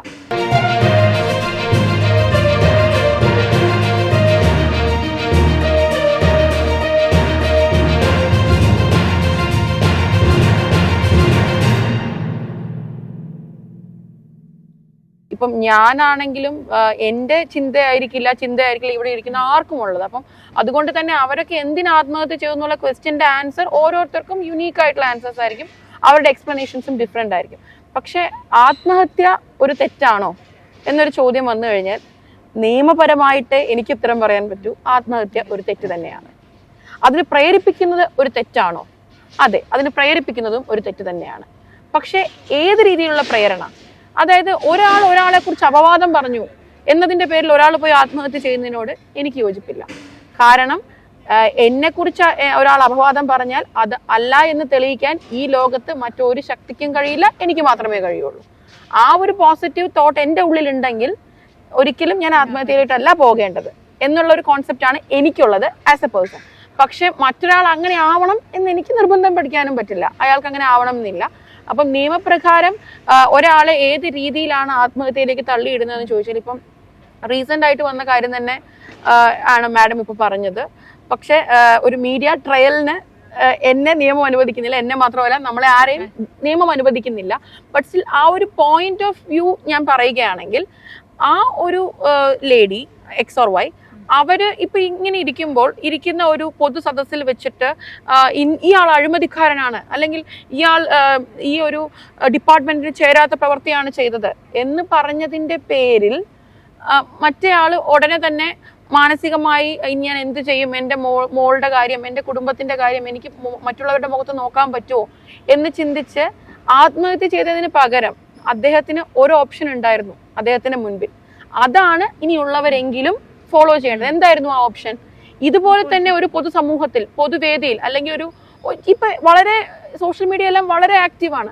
ഏതെങ്കിലും ഒരു സോഷ്യൽ മീഡിയയിലോ അല്ലെങ്കിൽ പൊതു സദസ്സിലോ അദ്ദേഹത്തിന് പറയാമായിരുന്നു അദ്ദേഹത്തിന് പറയാനുള്ളത്. ഒരാൾ പെട്ടെന്ന് തന്നെ ആത്മഹത്യയിലേക്ക് വഴുതി വീഴുന്നത് അപമാനം കാരണമാണെങ്കിൽ ആ അപമാനത്തിന് കാരണമായ കാര്യം അയാളോട് ഒപ്പം തന്നെ മണ്ണടിഞ്ഞു പോവുകയാണ് ചെയ്യുന്നത്. ഒരിക്കലും അയാളത് പറയാതെ ആർക്കും അറിയാൻ പറ്റില്ല എന്നുള്ള ഏറ്റവും വലിയ ഒരു വേദനിപ്പിക്കുന്ന സത്യം ആ നിമിഷം ഒരുപക്ഷെ ആർക്കും ഓർക്കാൻ കഴിയില്ല. ഒറ്റ മൊമെന്റിലാണ് അല്ലെ, എനിക്കറിയാം, എനിക്കതിനെക്കുറിച്ച് വലിയ കാര്യമായിട്ട് അറിയില്ല. ബട്ട് സ്റ്റിൽ ഒരു മാനസികമായിട്ട് ഞാനും ഒരു മനുഷ്യൻ എന്ന നിലയ്ക്ക് ഞാനും അങ്ങനെയായിരിക്കാം. ഒരു നിമിഷം ചിലപ്പം ഞാൻ മാരീഡാണ്, ഹസ്ബൻഡായിട്ടൊക്കെ വഴക്കിടുമ്പോൾ ഓഫ് എന്നുള്ള കലിപ്പിന് പുറത്ത് കയറി ആത്മഹത്യ ചെയ്യാൻ ഞാനിതുവരെ മുതിർന്നിട്ടില്ല. പക്ഷെ പലരും ഇനി എന്ത് എന്നുള്ള ചോദ്യത്തിൽ ഒന്നുമില്ല എന്ന് തോന്നുമ്പോഴാണ് ആ ഒരു സീറോ അല്ലെങ്കിൽ ആ ഒരു വാക്വംനെസ്സിലാണ് നമ്മൾ ആത്മഹത്യയിലേക്ക് വഴുതി വീഴുന്നത്. അപ്പം അങ്ങനെ പോകുന്നതിലുള്ള തെറ്റും ശരിയും നമ്മൾക്കൊരിക്കലും പുറത്തിരുന്ന്, അതായത് ഒരു പ്ലേ ഗ്രൗണ്ടിനകത്ത് ഇറങ്ങി കളിക്കുമ്പോഴല്ലേ അറിയുള്ളൂ എന്ന് പറഞ്ഞതുപോലെ ഓരോരുത്തരുടെയും പ്ലേ ഗ്രൗണ്ട് അവരുടെ ജീവിതമാണ്. അപ്പം അതിനകത്ത് ഇറങ്ങി കളിച്ചാലേ നമുക്കറിയാൻ പറ്റുള്ളൂ എന്തുകൊണ്ട് അയാൾ ആത്മഹത്യ ചെയ്തു അല്ലെങ്കിൽ ആത്മഹത്യയിലേക്ക് അദ്ദേഹത്തെ എത്തിച്ചു എന്നുള്ളത്. അപ്പൊ പുറത്തിരുന്ന് പറയുമ്പോൾ നമുക്ക് പറയാം ആത്മഹത്യ ചെയ്യാൻ പാടില്ലായിരുന്നു, അത് തെറ്റാണ്, അല്ലെങ്കിൽ ഇന്ന കാരണങ്ങൾ കൊണ്ടായിരിക്കാം അയാൾ ആത്മഹത്യ ചെയ്തത്. എല്ലാം അസംഷൻസും അതേപോലെ തന്നെ നമ്മളുടെ ആയിട്ടുള്ള ഓരോ കൺക്ലൂഷൻസ് ആണ്. ബട്ട് സ്റ്റിൽ പ്രമുഖർ ആത്മഹത്യ ചെയ്താൽ എന്നുള്ള ടോപ്പിക്കിലേക്ക് ഞാൻ ഒന്ന് വന്നോട്ടെ. എന്താന്ന് വെച്ചാൽ പ്രമുഖർ ആത്മഹത്യ ചെയ്യുമ്പോൾ അത് കൊടുക്കുന്നത് ഒരു മെസ്സേജും കൂടെയാണ്. സാധാരണഗതിയിൽ ക്രിമിനൽ ഒഫൻസസ് എന്ന് പറയുന്നത് എന്താണ്? അത് ഒരാൾക്കെതിരെ ചെയ്താലും സ്റ്റേറ്റ് ആണ് അതിൽ കക്ഷിയാവുന്നത്. അതായത് അത് ബാക്കിയുള്ള എൻറ്റയർ സ്റ്റേറ്റ്, ഈ രാജ്യത്തിനെതിരെ ചെയ്ത കുറ്റമായിട്ടാണ് കൺസിഡർ ചെയ്യുന്നത്. അതുപോലെ തന്നെയാണ് പ്രമുഖർ എന്ന് പറഞ്ഞാൽ നമ്മൾ ആരും അവരോട് പറഞ്ഞില്ല പ്രമുഖരാവാൻ. അവർക്ക് ഇഷ്ടമായിരുന്നു ഫെയിം. വരുമ്പോൾ ഓട്ടോഗ്രാഫ് ചോദിക്കും. പണ്ട് അങ്ങനെയല്ലേ, ഓട്ടോഗ്രാഫ് ചോദിക്കുന്നതും വന്ന് നമ്മളെ ഒരാൾ റെക്കഗ്നൈസ് ചെയ്യുന്നതും ഒക്കെ ഇഷ്ടപ്പെട്ട് വരുന്നവരാണ് പലരും. പക്ഷെ അതിന്റെ പാർട്ട് ആൻഡ് പാർസൽ ആയിട്ടുള്ള ഈ പറഞ്ഞ സൊസൈറ്റി ലൈഫ് ഒക്കെ നഷ്ടപ്പെടുന്നു എന്നുള്ളതും പ്രൈവസി ഹിൻഡ്രൻസ് ഉണ്ടാവുന്നു എന്നുള്ളതും ഒന്നും പലരും അപ്പം ആലോചിക്കില്ല. ഇപ്പം ചിലർ പറയുന്നത് കേട്ടിട്ടുണ്ട്, ചില ആണുങ്ങളുടെ ഒരു എന്താ പറയാ ക്രൂരമായ തമാശയാണ്, കല്യാണവും പൊറോട്ടയും ഒരുപോലെയാണ്, കഴിക്കാൻ വേണ്ടി ഭയങ്കര ആഗ്രഹമായിരിക്കും, കഴിച്ചു കഴിയുമ്പോഴാണ് അതിന്റെ ഹെൽത്ത് കോൺഷ്യസ്നെസ് അറിയുന്നത് എന്ന് പറയുന്ന കുറെ ക്രൂരമായ തമാശകളുണ്ടല്ലോ. അതുപോലെ തന്നെയാണ് ഈ പറയുന്ന പ്രമുഖരാവുക എന്നുള്ളത്. എനിക്ക് ഫേമസ് ആവണം, ഫെയിം കിട്ടണം എന്ന് പറഞ്ഞ് നടക്കുന്നവർ പലരും അത് എത്തിക്കഴിയുമ്പോഴാണ് അതിന്റെ ആ ഒരു പാർട്ട് ആൻഡ് പാർസൽ ആയിട്ടുള്ള ഒരു നെഗറ്റീവ് ഇഫക്റ്റ് മനസ്സിലാക്കുന്നത്. അപ്പം അവർക്ക് ഈ പറഞ്ഞ പോലെ റിസ്ക് ഓഫ് സൂയിസൈഡ് അല്ലെങ്കിൽ റിസ്ക് ഓഫ് അപമാനം ഉണ്ടാവുക, അതാണ് റിസ്ക് ഓഫ് സൂയിസൈഡിനെക്കാട്ടിലും ഉപരി അവരുടെ അപമാനം വലിയൊരു കുമളയാണ്. അത് മീഡിയയിലായാലും എവിടെയാണെങ്കിലും ഈ പറഞ്ഞ വൈറൽ ആവുമ്പം കുറച്ച് കാലത്തെ ആയുസേ ഉള്ളൂ. ശരിക്കും പറഞ്ഞു കഴിഞ്ഞാൽ ഒരു പൂമ്പാറ്റയുടെ ആയുസ് പോലെ ഉള്ളൂ മീഡിയാസ് എല്ലാം. ഇന്ന് നവീൻ ബാബു എന്നുള്ള വ്യക്തി, അദ്ദേഹത്തിന് ഒരു നല്ല ഒരു എന്താ പറയാ ഡീസന്റ് ബെറിയൽ കൊടുക്കുന്നതിലും ഉപരി എല്ലാവരും എന്തിനു വേണ്ടിയിട്ടാണ് വ്യഗ്രത കൊണ്ടത്? അതിനെ ഒരു ഹോട്ട് ന്യൂസ് ആക്കാനാണ്. പക്ഷെ അത് കഴിഞ്ഞു, ഇനി അടുത്ത ചൂടുള്ള വാർത്ത എന്ന് തിരഞ്ഞു പോകാനാണ് എല്ലാവരും. ഓരോരുത്തരുടെ നിലനിൽപ്പാണ് അത്, ഓരോരുത്തരും വളരെ ഭംഗിയായിട്ട് ചെയ്യുന്നു. ഒരു കാര്യം ഞാനിവിടെ പറഞ്ഞോട്ടെ. അതായത് മോളിപ്പോൾ പറയുകയുണ്ടായി അദ്ദേഹത്തിന് വേറെ വേദികൾ കിട്ടുമായിരുന്നു അദ്ദേഹത്തിൻ്റെ എന്താണ് ഇന്നസെൻസ് പ്രൂവ് ചെയ്യാനായിട്ട്. എവിടെ കിട്ടും? അങ്ങേരും ഞാൻ ലെറ്റ് മീ കംപ്ലീറ്റ്. ദിവ്യ എന്ന് പറയുന്നത് കമ്മ്യൂണിസ്റ്റുകാർ തലയിലേറ്റിക്കൊണ്ട് നടക്കുന്ന ഒരു ദിവ്യ വ്യക്തി. ഇദ്ദേഹവും ഒരു കമ്മ്യൂണിസ്റ്റ് ബാക്ക്ഗ്രൗണ്ടിൽ വരുന്നു. അദ്ദേഹത്തിൻ്റെ കുടുംബമെല്ലാം അങ്ങനെയാണ്. ഏത് ഓപ്പണിംഗ് കിട്ടും? അദ്ദേഹം വിളിച്ചാൽ എത്ര പേര് വരും? അല്ലല്ല, ലെറ്റ് മീ കംപ്ലീറ്റ്. നമ്മളിപ്പോൾ ഇങ്ങനെ പറയുമ്പോൾ നമ്മളുടെ ഇന്നസെൻസ് നമ്മൾ പ്രൂവ് ചെയ്യണമെന്ന് പറഞ്ഞു. നമ്മുടെ ഇന്നസെൻസ്, ഇപ്പം ഞാൻ ഒരു കൗൺസിലറാണ്, എനിക്ക് മുകളിൽ ഹൈറാർക്കിയിൽ ധാരാളം പേരുണ്ട്. അവരിൽ ഒരാളൊരു കാര്യം ചെയ്താൽ അത് എങ്ങനെ ഞാൻ എക്സ്പോസ് ചെയ്യും? വിത്തൗട്ട് അത് തിരിച്ച് എനിക്ക് തന്നെ ബൂമറാങ് ആയിട്ട് വരും. അപ്പോൾ അദ്ദേഹം ആലോചിച്ചിട്ടുണ്ടാകും. ബിക്കോസ് ഈസ് ഒരു എന്താ പറഞ്ഞ 14 ഡിസ്ട്രിക്റ്റ് കഴിഞ്ഞ് 14 കളക്ടർമാർ കഴിഞ്ഞാൽ 14 ADMs ആണ് നെക്സ്റ്റ് ഹയസ്റ്റ് ഇത്. അപ്പോൾ അദ്ദേഹം ആലോചിക്കാണ്ട് പ്രവർത്തിക്കില്ല. അദ്ദേഹം ഇത് മുഴുവൻ ആലോചിച്ചിട്ടുണ്ടാവും. എന്താണ് എനിക്ക് സംഭവിക്കാൻ പോകുന്നത്? എവിടെ നിന്നാണ് എനിക്ക് നീതി കിട്ടാൻ പോകുന്നത്? അദ്ദേഹവും അദ്ദേഹത്തിൻ്റെ കുടുംബവും പാർട്ടി വർക്കേഴ്സാണ്. ഒരു പാർട്ടിക്കെതിരെ, കേരളം ഭരിക്കുന്ന ഒരു പാർട്ടിക്കെതിരെയാണ് അദ്ദേഹം തനിച്ചെന്ന്. അദ്ദേഹം വിളിച്ചാൽ ആര് പോകും? ഇപ്പം അറ്റ്ലീസ്റ്റ് പത്തനംതിട്ട ഇതെങ്കിലും അവരുടെ ലോക്കൽ ബോഡി എങ്കിലും ഉണ്ട്. അദ്ദേഹം മരിച്ചതുകൊണ്ട്. അദ്ദേഹം ജീവനോടെയായിരുന്നു അവരെ അപ്രോച്ച് ചെയ്തിരുന്നെങ്കിൽ അവരുടെ എന്തായിരിക്കും അവർ പറയുന്നത് എന്തായിരിക്കും മറുപടി? അവർ ദിവ്യയെ പ്രൊട്ടക്റ്റ് ചെയ്യാൻ നോക്കോ, ഇദ്ദേഹത്തെ ആക്കാൻ നോക്കോ? Keeping all the politics apart, മാനനഷ്ടം എന്ന് പറയുന്നത് അത് അനുഭവിച്ചവർക്കേ അതിൻ്റെ വേദന മനസ്സിലാവത്തുള്ളൂ. ഈവൻ വേൾഡ് ഹെൽത്ത് ഓർഗനൈസേഷൻ പോലും സൂയിസൈഡിൻ്റെ ഒരു കാരണം തന്നെയായിട്ട് മാനനഷ്ടത്തെ കണക്കാക്കുന്നുണ്ട്. അത് ഏത് സന്ദർഭത്തിലുണ്ടായി എന്നുള്ളതാണ് ഏറ്റവും ഇമ്പോർട്ടൻ്റ് ആയിട്ടുള്ളത്. പ്രമുഖരാകുമ്പോൾ അവരുടെ നമ്മൾ ക്വാണ്ടിഫൈ ചെയ്യാനായിട്ട് നമുക്ക് പ്രത്യേകിച്ച് മാർഗ്ഗമൊന്നും ഇല്ലെങ്കിൽ പോലും അത് സാധാരണയിൽ നിന്നും കൂടുതലാണ്. എന്നെ ഇപ്പോൾ 2 വ്യക്തികളെ അറിയത്തുള്ളൂ, ഞാൻ അവരുടെ മുമ്പിൽ അപമാനിക്കപ്പെട്ടു എന്നാണെങ്കിൽ എൻ്റെ അഭിമാനത്തിന് വിലയില്ല എന്നല്ല അർത്ഥം. ഒന്നുമല്ലെങ്കിൽ 2 പേരല്ലേ അറിഞ്ഞുള്ളൂ. പക്ഷേ പ്രമുഖരാകുമ്പോൾ അത് അറിയുന്നത് കൂടുന്നതനുസരിച്ച് അവർക്ക് ഉണ്ടാകുന്ന നെഗറ്റീവ് ഇമ്പാക്ട്സും കൂടുതലായിരിക്കും. പ്രത്യേകിച്ചും ഇപ്പോൾ ഈ സോഷ്യൽ മീഡിയയുടെ അതിപ്രസരത്തിൻ്റെ ഒരു കാലഘട്ടത്തിൽ താഴോട്ട് വരുന്ന കമൻസ് തന്നെ നോക്കുമ്പോൾ അറിയാം. അതനുസരിച്ചിട്ട് ആൾക്കാർ മാറിയും തിരിഞ്ഞും കമൻസും പോയിക്കൊണ്ടേയിരിക്കും. അപ്പം ഒരു ഹോൾ കമ്മ്യൂണിറ്റി അല്ലെങ്കിൽ ഒരു ഹോൾ സ്റ്റേറ്റിനെ തന്നെ ആ വ്യക്തിക്കെതിരായിട്ട് ഒരു ഞൊടിക്കുന്ന ഒരു നേരം കൊണ്ട് ആക്കി എടുക്കാനായിട്ട് പറ്റുന്ന ഒരു പവർഫുൾ ടൂളാണ് സോഷ്യൽ മീഡിയ എന്നുള്ളത്. അപ്പം അത്രയും അധികം അപമാനഭാരം വരുമ്പോൾ സ്വാഭാവികമായിട്ടും ചിലപ്പോൾ കുടുംബത്തെക്കുറിച്ച് നമ്മൾ ഓർക്കും, കുടുംബത്തെക്കുറിച്ച് എന്തുകൊണ്ട് ചിന്തിക്കുന്നില്ല, കുട്ടികളെക്കുറിച്ച് എന്തുകൊണ്ട് ചിന്തിക്കുന്നില്ല. പക്ഷെ നമ്മൾ ആ ഷൂസിൽ നിന്ന് നോക്കുമ്പോൾ അതിൻ്റെ വേദന അറിയത്തുള്ളൂ. ഒരു പക്ഷേ ആ വ്യക്തിക്ക് ഇങ്ങനെ ചിന്തിക്കാം, ഞാൻ കാരണം എൻ്റെ കുട്ടിക്ക് ഇനി നല്ല ഭാവി ഉണ്ടാകത്തില്ല എന്ന്. അത് അപ്പോൾ ഒരു ഗിൽറ്റ് പോലെ വരും, മനസ്സിലായി, ഞാൻ കാരണം ഇങ്ങനെ ഉണ്ടായി. ആ ആൾ ശരിക്കും ശരി തെറ്റ് ചെയ്തോ ഉള്ളതിലുപരി ഞാൻ കാരണം ഇങ്ങനെ ഫോൾസ് അലിഗേഷൻ ആയിക്കോട്ടെ ട്രൂ അലിഗേഷൻ ആയിക്കോട്ടെ വട്ട് എവർ ഇറ്റ് ഈസ്, ഞാൻ കാരണം കുടുംബത്തിന് ഇത്രയും ഒരു അപമാനഭാരം വന്നതുകൊണ്ട് അതിൽ നിന്നും ഒരു മോചനം ഇനിയും കിട്ടത്തില്ല എന്ന് പറഞ്ഞൊരു പക്ഷേ ചിന്തിച്ചേക്കാം. ഈ ഒരു ഘട്ടത്തിൽ എനിക്ക് ഓർമ്മ വരുന്നത് നമ്പി നാരായൺ സാറിൻ്റെ ഒരു ഇൻസിഡൻ്റാണ്. സാർ ഇതുപോലെ അപമാനിക്കപ്പെട്ടപ്പോൾ സാറ് പല ഇൻ്റർവ്യൂസിൽ അല്ലെങ്കിൽ പല പൊതുമേഖലകളിൽ സാറ് പറഞ്ഞിട്ടുണ്ട്, സാറ് ജീവിച്ചിരുന്നതിൻ്റെ ഒരേ ഒരു റീസൺ ഞാൻ നിരപരാധിയാണെന്ന് തെളിയിക്കണമെന്നുള്ളതാണ്. പക്ഷേ ആ ഒരു വിൽ പവർ എല്ലാവർക്കും ഉണ്ടാവണമെന്നില്ല. കാരണം people are different, there attitudes are different, അവരുടെ പേഴ്സണാലിറ്റി വ്യത്യാസമാണ്, അവരുടെ കോപ്പിംഗ് സ്കിൽസ് വ്യത്യാസമാണ്, അവരുടെ ടോളറൻസ് വ്യത്യാസമാണ്. അപ്പം ഒരു നമ്പി നാരായണൻ സാർ ആ രീതിയിൽ തീരുമാനമെടുത്തുവെന്നും കണ്ട് ഈച്ച് ആൻഡ് എവറി പേഴ്സൺ അങ്ങനെ തീരുമാനമെടുക്കണമെന്ന് ഒരു നിർബന്ധവുമില്ല. ഇതെല്ലാം ആശ്രയിച്ചിട്ടാണ് ഒരു ഇഷ്യൂ വരുമ്പോൾ എങ്ങനെ റിയാക്ട് ചെയ്യും എന്ന് ചിന്തിക്കുന്നത്. ഇമ്പൾസീവായിട്ടുള്ള സൂയിസൈഡ്സ് ഒക്കെയും തന്നെ ഇതുപോലെ ഒരു മാനനഷ്ടം അല്ലെങ്കിൽ പെട്ടെന്നുണ്ടാകുന്ന, ഇപ്പോൾ റേപ്പാകാം അല്ലെങ്കിൽ ഇങ്ങനത്തെ എന്തെങ്കിലും ആകാം വരുമ്പോൾ, അങ്ങനെ ഇമ്പൾസീവായിട്ടുള്ള സൂയിസൈഡ്സ് ഒക്കെയും തന്നെ വളരെയധികം റിസർച്ച് നടത്തിയിട്ടുള്ളതാണ്. അപ്പോൾ നമ്മൾ അതിനെ ലഘൂകരിച്ച് കാണേണ്ട കാര്യമില്ല. ഞാൻ പറഞ്ഞ ആസ്പെക്ട് എന്ന് പറഞ്ഞാൽ, ഇപ്പം അദ്ദേഹത്തിന് അങ്ങനെ ചെയ്യേണ്ടി വന്നു അല്ലെങ്കിൽ അദ്ദേഹം അങ്ങനെ ചെയ്തു, പക്ഷെ നമ്മൾ വീണ്ടും അതിനെ പ്രൊമോട്ട് ചെയ്യുകയല്ല. അതായത് അത് ചെയ്തത് ശരിയാണ് എന്ന് പറഞ്ഞാൽ ഒരു പക്ഷേ നമ്മൾക്ക് അറിയാം, ഉള്ളിൻ്റെ ഉള്ളിൽ അറിയാം, യെസ് അദ്ദേഹത്തിന് ആ സമയത്ത് അതല്ലാതെ വേറൊരു വഴി മുന്നിൽ കാണാത്തത് കൊണ്ടാണല്ലോ അത് ചെയ്തത്. പക്ഷെ നമ്മളിപ്പോൾ അത് പ്രൊമോട്ട് ചെയ്യുകയോ അല്ലെങ്കിൽ അത് ശരിയാണെന്ന് എവിടെയെങ്കിലും പറയുകയോ ചെയ്താൽ അത് മറ്റൊരാൾക്ക് അങ്ങനെ ഒരു സാഹചര്യം വരുമ്പോൾ എന്താണ് തോന്നുക? ഇനി ഞാൻ ജീവിച്ചിട്ട് കാര്യമില്ല. സൂയിസൈഡ് കണ്ടേജിയൻ എന്ന് പറഞ്ഞൊരു വസ്തുതയുണ്ട്. അതായത് സമാന രീതിയിലൂടെ മറ്റൊരു വ്യക്തി കടന്നു പോകുമ്പോൾ പകർച്ചവ്യാധി പോലെ ഞാനും അങ്ങനെ ചെയ്ത് കളഞ്ഞേക്കാം എന്നുള്ള ചിന്ത വരും. അതുകൊണ്ട് തന്നെയാണ് പ്രമുഖരുടെ ആത്മഹത്യ വളരെ സെൻസിറ്റീവായിട്ടും സെൻസിബിളായിട്ടും വേണം മീഡിയക്കാർ പോലും റിപ്പോർട്ട് ചെയ്യാൻ എന്ന് പറഞ്ഞ് അവർക്ക് മാനദണ്ഡങ്ങളും കൊടുത്തിരിക്കുന്നുണ്ട്. കാരണം അതാണ്, കാരണം ഇങ്ങനത്തെ സൂയിസൈഡ് കണ്ടേജിയൻ അല്ലെങ്കിൽ ഈ പകർച്ചവ്യാധി പോലെ ഇതേ സമാന രീതിയിലുള്ളവർ അത് കോപ്പി അടിക്കാതിരിക്കും, കോപ്പി കാറ്റ് സൂയിസൈഡ് എന്നൊക്കെ പറയാം. അത് പ്രിവെന്റ് ചെയ്യാനാണ് ഇത്തരം മാനദണ്ഡങ്ങളും ഈവൻ മീഡിയാസിന് പോലും സ്ട്രിക്റ്റ് ആയിട്ട് കൊടുത്തിരിക്കുന്നത്. പക്ഷെ എത്രത്തോളം അത് പാലിക്കപ്പെടുന്നുണ്ട് എന്നുള്ളത് ചോദിക്കുന്നത് തന്നെയാണ് മാഡം. അതാണ് ഞാൻ പറഞ്ഞത്. അപ്പൊ നമ്മളിപ്പോ പറയുമ്പോൾ ഇപ്പൊ ഇവിടെ പറഞ്ഞതുപോലെ ഒരു കോക്കസ് നമുക്ക് ചുറ്റുമുണ്ട്, അല്ലെങ്കിൽ ഒരു ഹയറാർക്കി, അല്ലെങ്കിൽ ഒരു പോട്ടെ മൊണാർക്കി എന്ന് തന്നെ ഇരിക്കട്ടെ, അങ്ങനെ തന്നെ ഞാൻ പറയാം, വാട്ട് എവർ, ഞാൻ പൊളിറ്റിക്സിലോട്ടൊന്നും കിടക്കുന്നില്ല. ഇനിയിപ്പോൾ ഒരു പൊളിറ്റിക്കൽ മൊണാർക്കിയോ അങ്ങനെ എന്തെങ്കിലും ഉണ്ടെങ്കിൽ ഇതുപോലെ ഇനിയും ഇഷ്ടം പോലെ ആളുകൾ വരാം. അവ വരുന്നവരെല്ലാവരും അങ്ങനെയാണെങ്കിൽ ഈ പറയുന്ന എക്സ് ഓർ വൈ രാഷ്ട്രീയ പാർട്ടിക്ക് എതിരായിട്ട് നിൽക്കുന്നവരെല്ലാം ആത്മഹത്യ ചെയ്യും എന്നൊരു സാഹചര്യത്തിലേക്ക് വരും. അങ്ങനെയല്ല, എവിടെ പോയി ഓപ്പൺ അപ്പ് ആവാം എന്ന് ചോദിച്ചാൽ മാഡം തന്നെ പറഞ്ഞു, അതായത് സൈക്കാട്രിസ്റ്റ് മാഡം തന്നെ പറഞ്ഞൊരു പോയിന്റ് ഇതാണ്, എന്താണ്, social media is an effective tool. I repeat, is an effective tool. So എവിടെയാണൊരു പണ്ടത്തെ പോലെയല്ല, പണ്ടെന്താണ് പ്രസംഗിക്കാൻ വേദികളില്ല, ചില രാഷ്ട്രീയക്കാരെ കുറിച്ച് പറയുന്നേക്കാം മൈക്ക് തിന്നുന്നുണ്ട് എന്ന് പറയും. കാരണം അവർക്ക് ആ മൈക്ക് കിട്ടിയാൽ വിടാൻ ഭയങ്കര ബുദ്ധിമുട്ടാണ്, കാരണം ഇനിയൊരു അവസരം കിട്ടാൻ സാധ്യതയില്ല. പക്ഷെ ഇപ്പം അങ്ങനെയല്ല, ഇപ്പം n number of opportunities. Even നമ്മളുടെ കയ്യിൽ എല്ലാവരുടെയും കയ്യിലിരിക്കുന്ന ഈ മൊബൈൽ ഫോൺ ചുമ്മാ ഒന്ന് സ്ക്രോൾ ചെയ്താൽ തന്നെ ആർക്കും യൂട്യൂബ് ചാനൽ തുടങ്ങാം. പക്ഷെ ഇതൊക്കെ എങ്ങനെ റീച്ച് ചെയ്യിക്കാം എന്നുള്ളൊരു കാര്യം വരുമ്പോൾ അതൊരു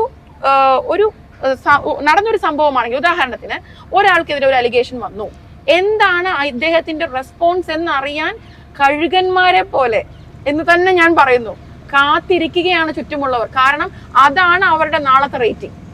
സോ ഈ പറഞ്ഞ ഇദ്ദേഹത്തെ കുറിച്ചൊരു ഫോൾസ് അലിഗേഷൻ വന്നിട്ടുണ്ടെങ്കിൽ ഞാൻ ഒരിക്കലും അദ്ദേഹത്തിന്റെ ആ ഒരു ഡിപ്പാർട്ടഡ് സോളിനെ ഞാൻ ഒരിക്കലും മോശക്കാരനാക്കുകയോ ഒന്നുമല്ല. പക്ഷെ ഇനി വരുന്നവരെങ്കിലും ഇനി ഈ പറയുന്നത് പോലെ എന്തെങ്കിലും ഒരു അലിഗേഷൻ ഫോൾസ് ഓർ ട്രൂ അതിന് എതിരായിട്ട് നിൽക്കുമ്പോൾ അവരെന്ത് ചെയ്യണം എന്നുള്ളതിനെ കുറിച്ച് എനിക്ക് എളിയ അപേക്ഷയാണ് എനിക്ക് പറയാനുള്ളതാണ്. അതായത് അങ്ങനെ ഒരു സംഭവം വരുമ്പോൾ അവർക്കെല്ലാം ഈ ഒരു റെസ്പോൺസ് പബ്ലിഷ് ചെയ്യാം. നാട്ടിലല്ലേ ജീവിക്കുന്നത്, അദ്ദേഹത്തിന് ഇനിയും സർവീസ് ബാക്കിയുണ്ട്. അദ്ദേഹത്തിന്റെ ഭാര്യ തഹസീൽദാരാണ്. ആയിക്കോട്ടെ നമുക്ക് പറയാം, നമുക്ക് ഇവിടെ ഇരുന്നുകൊണ്ട് പറയാം. പക്ഷെ ഒരു ഗവൺമെന്റ് സെർവന്റിന് ഒരു യൂട്യൂബ് തുറന്നോ, അല്ലെങ്കിൽ നമ്മുടെ കയ്യിലെല്ലാം ഇരിക്കും. എന്റെ കയ്യിൽ മൊബൈൽ ഇല്ല കേട്ടോ, അപ്പൊ ഇങ്ങനെ കാണിച്ചുകൊണ്ട് ഞാൻ പറയാണ്, ആ മൊബൈലിൽ കൂടെ എന്റെ വശമാക്കുകയാണെങ്കിൽ പിറ്റേ ദിവസം അദ്ദേഹത്തിന് സസ്പെൻഷനോ ഡിസ്മിസലോ അങ്ങനെ അല്ലെങ്കിൽ എന്ത് വേണമെങ്കിലും ഉണ്ടാക്കാലോ. Let me complete. They have been cooking up lot of stories. ഇല്ലാത്ത കാര്യങ്ങൾ കൊണ്ടുവരുന്നു, അങ്ങനെ പല കാര്യങ്ങളും കൊണ്ടുവന്ന് അദ്ദേഹത്തിന് എങ്ങനെ വേണമെങ്കിലും മലയം ചെയ്യാം. അദ്ദേഹം അത്ര വിവരമില്ലാത്ത മനുഷ്യനല്ലല്ലോ, 28 പേരിൽ ഒരാളാണ് അദ്ദേഹം. അപ്പൊ അദ്ദേഹത്തിന് അങ്ങനെ ചെയ്യണം തോന്നുന്നെങ്കിൽ ഡോക്ടർ മാഡം നേരത്തെ പറഞ്ഞതുപോലെ അദ്ദേഹം നല്ലോണം ആലോചിച്ചിട്ടുണ്ടാവും. ഈ ഗോട്ട് മോർ ദാൻ 12 hours അല്ലെ, ആലോചിച്ച് ചിന്തിച്ച്. അദ്ദേഹത്തിന്റെ ഭാര്യയുണ്ട്, അറ്റ്ലീസ്റ്റ് ഭാര്യക്കെങ്കിലും ഒരു പ്രശ്നം ഉണ്ടാവാതിരിക്കട്ടെ. ഈ നമ്മൾ പറയുന്ന യൂട്യൂബും കാര്യങ്ങളൊക്കെ നമ്മളെ പോലെ അല്ല, നിങ്ങളെ പോലുള്ള യങ്സ്റ്റേഴ്സിന് അല്ലെങ്കിൽ പ്രത്യേകിച്ച് ജോലിയോ, അതായത് ഉന്നത ജോലികളിൽ ഇരിക്കാത്ത ആൾക്കാർക്കോ, നമ്മൾ സാധാരണ എന്തെങ്കിലുമൊക്കെ ജോലികളൊക്കെ ചെയ്യുന്ന ആൾക്കാർക്ക് പറ്റിയ കാര്യമാണ്. പക്ഷെ ഒരു ഗവൺമെന്റ് സർവീസിലിരുന്ന് ഇത്രയും വലിയ ജോലി ചെയ്യുന്ന ആൾക്കാർക്ക് it's not even easy to convene a press meet. അപ്പൊ അതുകൊണ്ട് നമ്മൾ അങ്ങനെ ആ ഒരു വളരെ ലാഘവത്തോടെ അദ്ദേഹത്തിന്റെ പാർട്ട് എന്തായിരുന്നു കേൾക്കണം. അദ്ദേഹം പറഞ്ഞിട്ടുണ്ടാവും ഭാര്യയുടെ, കാരണം ഭാര്യ ഈസ് കീപ്പിംഗ് ക്വൈറ്റ് അല്ലേ മാഡം, ഭാര്യ is keeping quiet, she is not coming from, she has told the media എനിക്ക് തഹസിൽദാർ എന്നുള്ള വളരെ റെസ്പോൺസിബിൾ പൊസിഷൻ വേണ്ട, I want to be a senior superintendent in the collectorate എന്നൊക്കെ പറഞ്ഞു. അപ്പൊ അദ്ദേഹം ഷെയർ ചെയ്തിട്ടുണ്ടാവും she is keeping quiet, let us wait for. അദ്ദേഹത്തിന് ഞാൻ പറഞ്ഞു വന്നത് ഈ ഫേസ്ബുക്ക് അല്ലെങ്കിൽ മീഡിയ അല്ലെങ്കിൽ എന്ന് പറയുന്നത് കുറച്ച് ആൾക്കാർക്കൊക്കെ പറ്റും. പക്ഷേ ഒരു ഗവൺമെന്റ് ഒഫീഷ്യലിനെ സംബന്ധിച്ചിടത്തോളം അത് ശരിയായ കാര്യം. ശരിയായ കാര്യം അദ്ദേഹത്തിന് നെഗറ്റീവായിട്ട് അദ്ദേഹത്തിന്റെ ലൈഫിൽ ഈവൻ എത്രയോ പേർക്ക് ഗവൺമെന്റ് സർവീസിലേക്ക് കൊച്ചു കൊച്ചു കാര്യങ്ങൾ പറഞ്ഞ് അവരുടെ ഗ്രാറ്റുവിറ്റി, PF, പെൻഷൻ ഒന്നും കിട്ടുന്നില്ല. അതിനോട് ഞാൻ യോജിക്കുന്നു മാഡം. പക്ഷേ എല്ലാവർക്കും തുറന്നു പ്രവർത്തിക്കുന്ന, എല്ലാവർക്കും വേണ്ടി തന്നെയുള്ള, അതിനെ നമുക്ക് ഒരിക്കലും നിഷേധിക്കാൻ കഴിയില്ല, ഒരു നിയമവ്യവസ്ഥ തന്നെയാണ് ഇവിടെ ഉള്ളത്. ഒരു തീർച്ചയായിട്ടും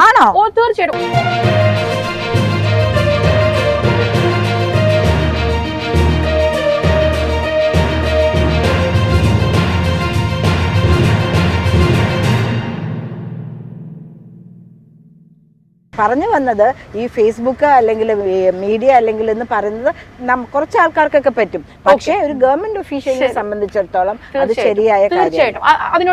ശരിയായ കാര്യം അദ്ദേഹത്തിന് നെഗറ്റീവായിട്ട് അദ്ദേഹത്തിന്റെ ലൈഫിൽ ഈവൻ എത്രയോ പേർക്ക് ഗവൺമെന്റ് സർവീസിലേക്ക് കൊച്ചു കൊച്ചു കാര്യങ്ങൾ പറഞ്ഞ് അവരുടെ ഗ്രാറ്റുവിറ്റി, PF, പെൻഷൻ ഒന്നും കിട്ടുന്നില്ല. അതിനോട് ഞാൻ യോജിക്കുന്നു മാഡം. പക്ഷേ എല്ലാവർക്കും തുറന്നു പ്രവർത്തിക്കുന്ന, എല്ലാവർക്കും വേണ്ടി തന്നെയുള്ള, അതിനെ നമുക്ക് ഒരിക്കലും നിഷേധിക്കാൻ കഴിയില്ല, ഒരു നിയമവ്യവസ്ഥ തന്നെയാണ് ഇവിടെ ഉള്ളത്. തീർച്ചയായിട്ടും ഒരു രാഷ്ട്രീയ പാർട്ടിക്കും പറയുന്ന മാന്യ വ്യക്തി അദ്ദേഹം എല്ലാം കഴിഞ്ഞിട്ട് എന്റെ അടുത്ത് അദ്ദേഹം വന്ന് തെറ്റ് സമ്മതിച്ചു എന്ന് പറയുമ്പോൾ അദ്ദേഹം ഒരു ഏറ്റവും വലിയ ഹൈ പൊസിഷനിൽ ഇരിക്കുന്ന ആളാണ്. അദ്ദേഹത്തിന് ആര് അങ്ങനെ പറയാൻ പ്രേരിപ്പിച്ചു? ഇദ്ദേഹം എന്താണ് തെറ്റ്? അദ്ദേഹം പറഞ്ഞത് ചിലപ്പോൾ പറഞ്ഞിട്ടുണ്ടാവാം, ഞാൻ നിങ്ങളെപ്പോലെ ഒരു മണ്ടന്റെ താഴെ ഇരിക്കേണ്ടി വന്നല്ലോ, അല്ലെങ്കിൽ ദിവ്യ സംസാരിച്ചപ്പോൾ നിങ്ങളൊന്നും മിണ്ടിയില്ലല്ലോ, തെറ്റ് പറ്റിപ്പോയി എന്നായിരിക്കും പറഞ്ഞിട്ടുണ്ടാവും. പക്ഷെ ഇവിടെ ഇരിക്കുന്ന ഈ നമ്മളുടെ പോലീസ്, ഞാനൊരു കാര്യം ഇതിനായിട്ട് കണക്റ്റില്ല പറയട്ടെ, എനിക്കെതിരെ ഒരു ആക്രമണം ഉണ്ടായി, ഇതുവരെ FIR പോലും രജിസ്റ്റർ ചെയ്തിട്ടില്ല. ഒരു കൗൺസിലറാണ് ഞാൻ, ഒരു പാർട്ടി BJP എന്ന പാർട്ടിയുടെ സംസ്ഥാന കമ്മിറ്റി അംഗമാണ്. ഒരു FIR ഇട്ടിട്ടില്ല, ഞാൻ ആത്മഹത്യ ചെയ്തില്ല. അതാണ് ഞാനതിനൊരു പോയിന്റ് പറയാം. FIR രജിസ്റ്റർ ചെയ്തില്ല. ഞാനൊരു ഇൻഫർമേഷൻ കൂടി ആയിട്ട് പറയാണ്. ഒരു പോലീസ് സ്റ്റേഷനിൽ നമ്മൾ ചെന്നു, നമ്മളൊരു വിവരം കൊടുക്കുകയാണ്. ഒരു FIR എന്ന് വെച്ചാൽ ഫസ്റ്റ് ഇൻഫർമേഷൻ റിപ്പോർട്ട്. ആ ഒരു റിപ്പോർട്ട് നമ്മൾ കൊടുക്കുകയാണ്. അവരത് സ്വീകരിക്കാതിരിക്കാം, അവിടെയും ഉണ്ടാവും. ഞാൻ പറയുന്നില്ല എല്ലാവരും മിസ്റ്റർ ക്ലീൻ ആണെന്ന് പറയുന്നില്ല, ഉണ്ടാകാം.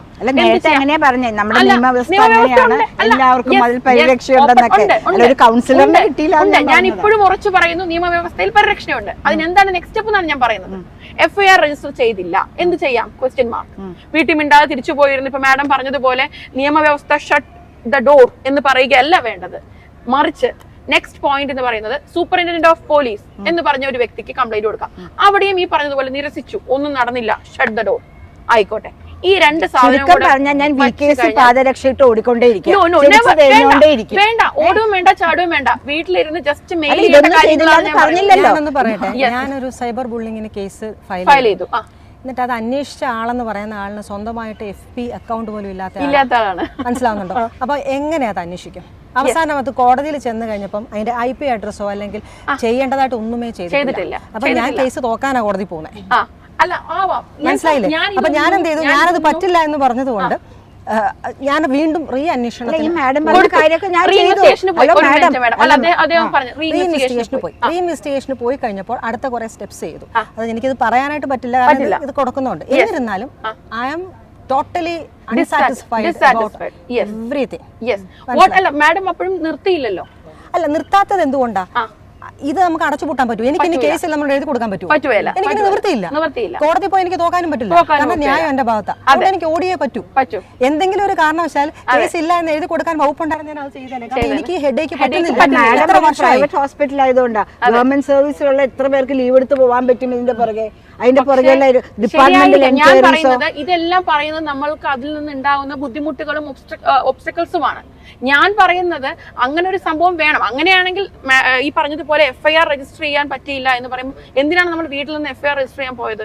നമുക്ക് നീതി വേണം എന്നുള്ള ആ ഒരു ഫയർ കൊണ്ടാവാം. സമയത്ത് കിട്ടുന്നില്ല. എന്റെ പൊന്നുമോളെ, മോള് പറഞ്ഞ പോലെ ഞാൻ എന്റെ പുറകെ തന്നെ ഉണ്ട്. You don't have to tell me. ഞാൻ എല്ലാം എന്റെ പുറകെ ഉണ്ട്. അല്ല, അവിടെ പോകണമായിരുന്നു, ഇവിടെ പോകണമായിരുന്നു, DCPയുടെ അടുത്ത് പോകണമായിരുന്നു, ഞാൻ എല്ലായിടത്തും പോയി, ഞാൻ ACPയുടെ അടുത്ത് വരെ പോയി, എല്ലായിടത്തും പോയി.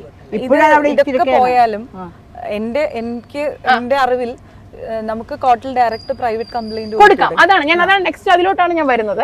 അതായത് ഈ രണ്ട് കോർട്ടിൽ ഡയറക്റ്റ് കംപ്ലൈന്റ് കൊടുക്കാം. എത്ര എക്സ്പെൻസ് എന്ന് അറിയാമോ? ഇല്ല, അത് തെറ്റാ. ഒരു പക്ഷേ പോയ ഞാൻ ആദ്യം തന്നെ പറയട്ടെ, ലോയേഴ്സ് are also ഓരോ സ്റ്റാൻഡേർഡ് വളരെ എക്സ്പെൻസീവ്. അങ്ങനെ അല്ലാത്തവരും ഉണ്ട്. It is very very very expensive. അങ്ങനെ ആയവരും ഉണ്ട്. അതിന്റെ റീസൺ ഞാൻ പറയാം. മാഡം ആണ് പോയതെങ്കിൽ നോക്കുന്നത് ഒരുപക്ഷെ മാഡത്തിന്റെ കേപ്പബിലിറ്റി ആണെങ്കിൽ നോക്കിയിട്ട് കാര്യമുണ്ടോ? യെസ്, അത് ഞാൻ സമ്മതിക്കുന്നു. അത് ഞാൻ പ്രമുഖരായവരെ കുറിച്ച് പറയുന്നു. സാധാരണക്കാർക്ക് എവിടെയാണ് ലീഗൽ സെല്ലുണ്ട്, ലീഗൽ എയ്ഡ് ഉണ്ട്. എനിക്ക് സന്തോഷം തോന്നുന്നത്, എനിക്ക് വളരെ സന്തോഷം തോന്നുന്നു, ഞാൻ പറയുന്നതിന് മുൻപ് തന്നെ മാഡം മറ്റൊരു സ്ട്രീമിലുള്ള ഒരാൾ തന്നെ ഇത് പറയുന്നത്. ഞാൻ ചെയ്തിട്ടുണ്ട് തീർച്ചയായിട്ടും. കാരണം ഞാൻ ഈ നിയമവ്യവസ്ഥയെ അടച്ചാക്ഷേപിക്കാൻ എനിക്ക് താല്പര്യമില്ല. കാരണം എനിക്കൊരു 2-3 പ്രാവശ്യം ഇപ്പൊ മാഡം പറഞ്ഞ പോലെ ഞാൻ ജോലി ചെയ്യുന്ന ആശുപത്രിയിൽ ഇതുപോലെ എന്നെ ഒന്ന് ചീത്ത വിളിച്ച് ഞാൻ അതിന്റെ പുറകെ നടന്നു. അത് പറയുന്ന പോയിന്റ് ഞാൻ അംഗീകരിക്കുന്നു, അത് വലിയ ബുദ്ധിമുട്ടാണ്. പക്ഷെ എന്നിരുന്നാലും എനിക്ക് എന്താ പറയാ, ഞാൻ ചെയ്തത് ശരിയായതുകൊണ്ട് എന്നെ ചീത്ത വിളിച്ചതിന് എന്തായാലും അയാൾ ഇത്ര തന്നെ ഞാൻ ആലോചിച്ചുള്ളൂ. എന്നെ ചീത്ത വിളിച്ചതിന് അയാൾ കുറച്ച് കയറി ഇറങ്ങി നടക്കട്ടെ, ഞാൻ കുറച്ച് കഷ്ടപ്പെടണം. പക്ഷെ എന്റെ ഭർത്താവ് എന്റെ കൂടെ നിന്നതുകൊണ്ട് എനിക്ക് പ്രശ്നം ഉണ്ടായില്ല. അപ്പൊ ആ പോയിന്റിലേക്കാണ് ഞാൻ വരുന്നത്. അപ്പൊ നമ്മള് ഒരു ഫസ്റ്റ് തിങ് നമുക്ക് ആ ഒരു വിൽ പവർ, കാരണം നല്ല കഷ്ടപ്പാടാണ്. കാരണം അത് ഏത് കാര്യമാണെങ്കിലും ഇപ്പൊ എനിക്ക് വിഷമമുണ്ട്, എനിക്ക് അങ്ങനെ കേൾക്കുന്നതിൽ വിഷമമുണ്ട്. ഞാനും ഒരു നിയമവ്യവസ്ഥയുടെ ഭാഗമായതുകൊണ്ട് കേൾക്കുന്നതിൽ എനിക്ക് വിഷമമുണ്ട്. അതുപോലെ 2 പ്രാവശ്യം എനിക്ക് ബസ്സിൽ മോശാനുഭവം ഉണ്ടായിട്ട് 2 പ്രാവശ്യവും എനിക്ക് നിയമവ്യവസ്ഥയിൽ നിന്ന് നല്ല പരിരക്ഷ കിട്ടിയിട്ടുണ്ട്. ഒരു പ്രാവശ്യം ഞാൻ ആദ്യം കംപ്ലൈന്റ് ചെയ്ത് പോലീസിലായിരുന്നു. അത് പോലീസ് നല്ല രീതിക്ക് അത് വിളിച്ചതായി അവര് എൻ്റെ അടുത്ത് വന്ന് മാപ്പ് പറഞ്ഞ് കംപ്ലൈന്റ് പിൻവലിപ്പിക്കുകയാണ് ചെയ്തത്. പിന്നെ രണ്ടാമത് ഞാൻ RT ഓഫീസിലാണ് കംപ്ലൈന്റ് ചെയ്തത്. അപ്പോൾ RT ഓഫീസിൽ കംപ്ലൈന്റ് ചെയ്തപ്പോഴും ഇതേപോലെ തന്നെ അത് പറഞ്ഞാൽ പോരെ, ഞാൻ എഴുതി കൊടുക്കണമായിരുന്നു. അതായത് എനിക്ക് ഇതില്ല എന്ന് പറഞ്ഞിട്ട്, എന്നിട്ടാണ് അവര് അതിൽ തീരുമാനം എടുത്തത്. പക്ഷെ സൈബർ കേസസ് അത്രയും എളുപ്പമല്ല. കാരണം ഒന്നാമത്തെ കാര്യം ബേസിക് നോളജ് ഇല്ല. സൈബർ കേസ് വന്നാൽ എങ്ങനെ ഹാൻഡിൽ ചെയ്യണോ എന്നുള്ള ബേസിക് നോളജ്. ബാക്കി അല്ലാത്തതൊക്കെ കുറച്ചും കൂടെ ഫാസ്റ്റർ ആണ്, ഈസിയർ ആണ്. പിന്നെ ഡോക്ടർ പറഞ്ഞ പോലെ സൈബർ കേസ് ഞാനും കൊടുത്തിട്ടുണ്ട്. ഒരു 1.5 കൊല്ലമായിട്ട് അതിന്റെ പുറകെ നടന്നാണ് എന്റെ. പിന്നെ അതിലൊരു പോയിന്റ് കൂടെ എനിക്ക് പറയാനുണ്ട്. നമ്മൾ ഒരിക്കലും നമ്മുടെ നിയമവ്യവസ്ഥയെ കുറ്റം പറഞ്ഞിട്ട് കാര്യമില്ല. അതിനകത്ത് ഏറ്റവും വലിയൊരു പോയിന്റ് എന്ന് പറയുന്നത് നാച്ചുറൽ ജസ്റ്റിസ് എന്നൊരു പോയിന്റ്. ഇപ്പൊ ഞാനൊരു അഡ്വക്കേറ്റ് ആണ്, എന്റെ അടുത്ത് വരുന്ന ഒരാള് ഒരു സൂട്ട് കൊടുത്തു, ഒരു സിവിൽ സൂട്ട് എന്ന് തന്നെ. ഏറ്റവും കൂടുതൽ കാലതാമസം എടുക്കുന്ന സിവിൽ സൂട്ടാണെന്നൊരു പരസ്യമായ രഹസ്യമുണ്ട്. അതായത് സിവിൽ സൂട്ടുകളാണ് ഏറ്റവും കൂടുതൽ തലമുറകളോളം 1986 ഒരു സൂട്ട് ഞാനന്ന് ജനിച്ചിട്ടില്ല എന്നുള്ളതാണ് എന്റെ സത്യം. അന്നത്തെ ഞാനിപ്പോൾ ഹാൻഡിൽ ചെയ്യുന്നുണ്ട്. അത് കൊടുക്കുമ്പോൾ ആദ്യം നമ്മൾ അങ്ങോട്ട് കൊടുക്കുന്നു, പിന്നെ അവരൊരു മറുപടി തരുന്നു, പിന്നെ അതിനുള്ള മറുപടി നമ്മൾ കൊടുക്കുന്നു. അതൊക്കെ അതായത് അതിനെയാണ് നാച്ചുറൽ പ്രോസസ് അല്ലെങ്കിൽ ഡ്യൂ പ്രോസസ് എന്ന് പറയും. ഈ നാച്ചുറൽ ജസ്റ്റിസും ഡ്യൂ പ്രോസസ്സും ഇല്ലാതെ ഒരു കാര്യവും നമ്മുടെ നാട്ടിൽ നടക്കുന്നില്ല എന്നുള്ളത് നന്മയുമാണ് തിന്മയാണ്. എല്ലാത്തിനും ഉണ്ടല്ലോ ഒരു കോയിൻ രണ്ട് വശമാണെന്ന് പറഞ്ഞ പോലെ അതിലെ നന്മയും തിന്മയും ഇതിൽ തന്നെയാണ്. വീണ്ടും ഞാൻ സമ്മതിക്കുന്നു, justice delayed is justice denied. തീർച്ചയായിട്ടും ഞാൻ സമ്മതിക്കുന്നു. പക്ഷെ എന്ന് പറഞ്ഞുകൊണ്ട് ഈ പറയുന്ന എൻറ്റയർ ന്യായ വ്യവസ്ഥയും തെറ്റാണ് എന്നുള്ളതിലേക്ക് നാട്ടുകാർ എത്തിക്കഴിഞ്ഞാൽ, സമൂഹം എത്തിക്കഴിഞ്ഞാൽ, നിങ്ങൾ ഓരോരുത്തരും ഞാനും പറഞ്ഞില്ല നാട്ടുകാരെത്തുന്നു. ഞാൻ എന്റെ കാര്യമാണ് പറഞ്ഞത്. ഇത്രയും നല്ല പൊസിഷനിലിരിക്കുന്ന എനിക്ക് പോലും ജസ്റ്റിസ് ഡിലേഡ് ആകുകയാണെങ്കിൽ, ഡിനൈഡ് ആകുകയാണെങ്കിൽ, സാധാരണക്കാരിയായ ഒരു സ്ത്രീക്ക് അല്ലെങ്കിൽ ഒരു പുരുഷന് എങ്ങനെ അവർക്ക് ഇതിന്റെ പുറകെ നടക്കാനുള്ള ഇതുണ്ടാ പൈസ ഉണ്ടാവില്ല, സമയം ഉണ്ടാകില്ല. അവര് കൂലിവേലയ്ക്ക് പോകുന്ന ആൾക്കാരായിരിക്കും. അപ്പൊ അവർക്ക് പോലീസ് സ്റ്റേഷനിൽ ചെല്ലാൻ തന്നെ പേടിയാണ്. നോക്കുന്നത് കാണുമ്പോ തന്നെ നമുക്ക് പേടിയാണ്. എന്തിനു ഞങ്ങൾ ഇവിടെ വന്നു എന്ന് അത് മാറ്റിയെടുക്കാനായിട്ട് ജനമൈത്രി പോലീസ് സ്റ്റേഷനുകളൊക്കെ ഉണ്ടെങ്കിൽ അത് എത്രമാത്രം മൈത്രിയാണെന്ന് എനിക്ക് അറിഞ്ഞുകൂടാ. അതാണ് അതിന്റെയൊക്കെ എഫക്റ്റീവ് പാർട്ടിലോട്ട് എത്തട്ടെ എന്ന് നമുക്ക് ശുഭാപ്തി വിശ്വാസത്തോടെ പ്രാർത്ഥിക്കാം. നല്ല ഉദ്ദേശത്തോടു കൂടി തുടങ്ങിയ പല കാര്യങ്ങളും പക്ഷെ ജനങ്ങൾക്ക് ഇഷ്ടപ്പെട്ട രീതിയിൽ, ജനങ്ങളുടെ നന്മയ്ക്ക് വേണ്ട രീതിയിൽ നടക്കുന്നില്ല. നല്ലതിന് വേണ്ടി പലതും ഗവൺമെന്റ് നിയമവ്യവസ്ഥയിൽ വിശ്വാസം ഉള്ളത് കൊണ്ട് തന്നെയാണ് ഇൻവെസ്റ്റിഗേഷൻ പറഞ്ഞും അങ്ങനെയൊക്കെ പറഞ്ഞു. അല്ലെങ്കിൽ എന്താ പറ്റുന്നത്, നമ്മൾ തന്നെ നിയമം കയ്യിലെടുക്കും. Absolutely wrong. അതാണ് ഞാൻ മനസ്സിലായില്ലേ? അതുകൊണ്ടാണ് ഈ പറഞ്ഞ പോലെ അപര്യാപ്തതകൾ ഉണ്ടെങ്കിലും വീണ്ടും അതിന്റെ പുറകെ നിന്ന് അത് തന്നെയല്ല ഈ പറഞ്ഞ ഇങ്ങനെ ഒരു ഓപ്ഷനും കൂടെ ഇല്ല. നമുക്ക് പകുതിക്ക് വെച്ച് അടയ്ക്കാൻ പറ്റത്തില്ല. ഞാൻ ഒരു പരിഹാരമല്ലല്ലോ ഇതിന്. ആത്മഹത്യയോ നിയമവ്യവസ്ഥയോ ഒരു പരിഹാരമല്ല. അവിടേക്കാണ് എനിക്ക് തോന്നുന്നു, അവിടേക്കാണ് നമ്മളുടെ ചർച്ച എത്തേണ്ടത്. ആത്മഹത്യ ഒരു പരിഹാരമല്ല. അപ്പോ സെൻസിറ്റീവ് ആയിരിക്കാം. ചിലപ്പോൾ നമുക്ക് മാനനഷ്ടം ഉണ്ടാവുമ്പോൾ, പണനഷ്ടം ഉണ്ടാവുമ്പോൾ, അല്ലെങ്കിൽ ഏതെങ്കിലും രീതിയിലൊക്കെ നമുക്ക് നഷ്ടങ്ങൾ ഉണ്ടാവുമ്പോൾ. ഒരു കാര്യം ചോദിച്ചോട്ടെ, ഇപ്പൊ ചിലർ പറയാണ് നമുക്ക് ഇഷ്ടമുള്ള ഒരാള്, നമ്മൾ ആത്മഹത്യ മൂഡിലിരിക്കുകയാണ് അല്ലെങ്കിൽ ആത്മഹത്യ ചെയ്യാൻ നടന്നു പോവുകയാണ്, അപ്പൊ നമുക്ക് ഇഷ്ടമുള്ള ഒരാൾ വന്നു, നമ്മളൊന്ന് ചേർത്ത് പിടിക്കുകയാണെങ്കിൽ 99% ആത്മഹത്യകൾ നടക്കുന്നത് പ്ലാൻ ചെയ്തിട്ടല്ല. അവരുടെ ഒരു മൊമെന്റിൽ ഉണ്ടാകുന്ന ആ ഒരു വീക്ക്നെസ് ആണ് അവരെ ആത്മഹത്യയിലേക്ക് ലീഡ് ചെയ്യുന്നത്. അതുകൊണ്ടാണ് നമ്മൾ എപ്പോഴും സൂയിസൈഡൽ പ്രിവെൻഷൻ സെല്ലുകൾക്കൊക്കെ വളരെയധികം ഇമ്പോർട്ടൻസ് കൊടുക്കേണ്ടത്. ആ ഒരു സമയത്ത് അവർക്ക് ആരെങ്കിലും ഒരു സംസാരിക്കാനോ ഒന്ന് ചേർത്ത് പിടിക്കാനോ അല്ലെങ്കിൽ ഒരു ആശ്വാസം കൊടുക്കാനോ അല്ലെങ്കിൽ ആ ഒരു മൊമെന്റിനെ ഡിലേ ആക്കാൻ നമുക്ക് സാധിച്ചാൽ തന്നെ മിക്കവരുടെയും ഒരു ബഹുഭൂരിപക്ഷം വരുന്ന ആത്മഹത്യകൾ നമുക്ക് ഒഴിവാക്കാനായിട്ട് സാധിക്കും. അപ്പോൾ അതുകൊണ്ട് എനിക്ക് പറയാനായിട്ടുള്ളത്, ആത്മഹത്യ ഒന്നിൻ്റെയും ഒരു പരിഹാരമല്ല. പ്രത്യേകിച്ചും പ്രമുഖരത് ചെയ്യുമ്പോൾ, നമ്മൾ പ്രത്യേകിച്ച് കേരളം പോലുള്ള നമ്മളുടെ ഈ കൊച്ചു നാട്ടിൽ, ആത്മഹത്യയുടെ ഒരു ബൗൾ എന്നറിയപ്പെടുന്ന ഈ നാട്ടിൽ അത് വീണ്ടും ആവർത്തിക്കാനുള്ള ഒരുപാട് ടെൻഡൻസി, നേരത്തെ ഡോക്ടർ പറഞ്ഞ പോലെ അതൊന്ന് റിപ്പീറ്റ് ചെയ്യാനുള്ള ടെൻഡൻസി വളരെ കൂടും. നമുക്ക് ഒരു ഓപ്ഷൻ അല്ല, മൾട്ടിപ്പിൾ ഓപ്ഷൻസ് ഉണ്ടെന്ന്. ശരിയാണ്, അദ്ദേഹത്തിന് നേരിട്ടത് വളരെ ഒരു മാനനഷ്ടവും അദ്ദേഹത്തിന് വ്യക്തിപരമായിട്ടുള്ള വ്യക്തിഹത്യയും ഒക്കെ ആയിരിക്കാം. പക്ഷെ ഈ മൾട്ടിപ്പിൾ ഓപ്ഷൻസിലേക്കും കൂടെ നമ്മളുടെ കണ്ണ് പോകണം. നമ്മളൊരു പ്രയോറിറ്റൈസ് ചെയ്യണം. നമ്മൾ അത്രത്തോളം ഇമോഷണലി സെൻസിറ്റീവ് ആകുന്ന മൊമെന്റുകളിൽ അതിനെ ഹാൻഡിൽ ചെയ്യാനുള്ള പ്രിവെന്റീവ് മെഷേഴ്സ് സൊസൈറ്റി ആയിട്ട് തന്നെ കൊണ്ടുവരണമെന്നാണ് എൻ്റെ ഒരു റിക്വസ്റ്റ്. സൂയിസൈഡ് ഡീക്രിമിനലൈസ് ചെയ്തതല്ലേ? സൂയിസൈഡ് ഡീക്രിമിനലൈസ് ചെയ്തു. അതായത് സൂയിസൈഡ് ചെയ്യുന്നത് തെറ്റാണോ ചോദിച്ചാൽ ഡീക്രിമിനലൈസ് ചെയ്തു, കറക്റ്റ്. പക്ഷെ സൂയിസൈഡ് ചെയ്യുന്നത് ഒരാള് ഇൻസ്റ്റിഗേറ്റ് ചെയ്യുക അല്ലെങ്കിൽ ഒരു ഇൻഫ്ലുവൻസ് ചെയ്യുക എന്നുള്ള അബറ്റ്മെന്റിലോട്ട് വരുന്നു എന്നുള്ളതാണ് അതിന്റെ kind of decriminalisation. But whether it is wrong or right എന്നുള്ള ആസ്പെക്ടിലോട്ട് വരുമ്പോഴാണ് ഞാൻ പറഞ്ഞത് ഇറ്റ്സ് റോങ്.